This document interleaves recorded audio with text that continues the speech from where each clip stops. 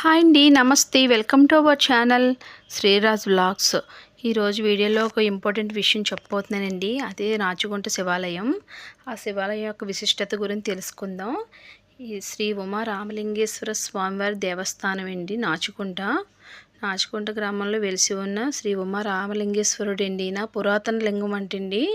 సుమారుగా 330 సంవత్సరాలకు పూర్వం 7వ తరం నూజివీడు జమీందారు గారి చేత స్థాపించబడిందంట.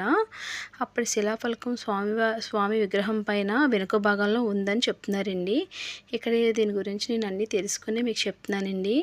ఈ లింగం యొక్క విశిష్టత బ్రహ్మసూత్రంలో 5 అడుగులు ఎత్తులో విశేష దర్శనం ఇస్తారంటండి.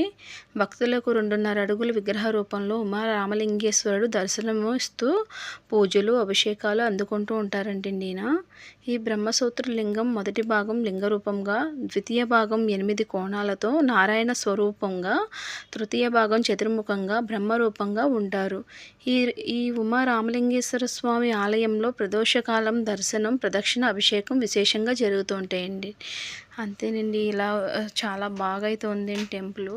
ఇక్కడ ఆంజనేయ స్వామి, నాగమ్మ తల్లి చూస్తున్నారు కదా, చాలా బాగుందండి. వెనకాల నుంచి సర్పరూపం ఇలాగ చాలా బాగా డిజైన్ చేశారండి. ఇవైతే చుట్టూరు చెరువు, ఇక్కడ చాలా ప్రశాంతమైన వాతావరణం అండి. ఒకసారి ఎవరైనా అటువైపుగా వెళ్తే నాచుకుంట శివాలయానికి కంపల్సరీ వెళ్ళండి. మీరు వెళ్తే చాలా బాగుందని మీరే చెప్తారు. నేనైతే ఇది చూస్తూనే చాలా బాగా అనిపించింది. చుట్టూరు చెరువు ఒకటి ఉంది కదండి, మనకి ప్రశాంతంగా అనిపిస్తుంది. అక్కడ కూర్చున్నాం, చాలాసేపు అయితే కూర్చున్నాము. అంత బాగుందండి.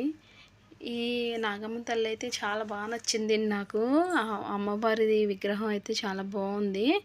చుట్టూరు ఇలాగా మొత్తం చాలా బాగా చెక్కారండి. డిజైన్ అయితే చాలా బాగా అనిపించింది. ఈ ఉమా రామలింగేశ్వర స్వామివారు దర్శనం కూడా చేసుకోండి అటువైపు కనుక వెళ్తే, నాచుకుంట శివాలయం అండి. చాలా బాగా అనిపించింది. నా వీడియో కనుక ఇదే మొదటిసారిగా చూస్తున్నట్లయితే లైక్ చేసి, షేర్ చేసి, సబ్స్క్రైబ్ చేసుకోండి. మరిన్ని మంచి వీడియోస్తో మళ్ళీ కలుద్దాం ఫ్రెండ్స్.